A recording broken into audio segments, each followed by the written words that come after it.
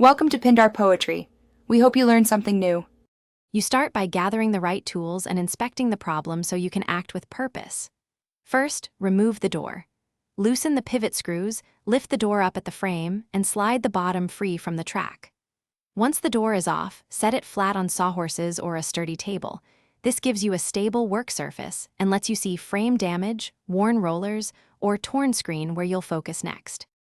Now you handle the screen itself. Remove the old spline with a flat tool and peel away the damaged mesh so the channel is clear. Measure and cut the replacement screen with about 1/2 inch of overlap on each side. This gives you margin to tension it properly. Position the screen, pull it tight to avoid wrinkles, and press the new spline into the channel evenly. Make sure the mesh stays taut as you work. Once seated, you finish by rehanging the door and dialing in alignment so it operates smoothly.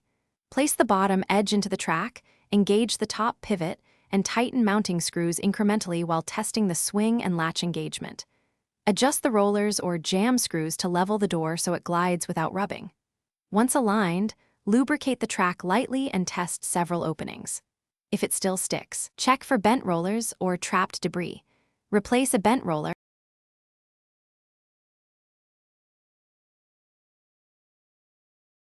Thanks for watching. Consider subscribing if we helped you.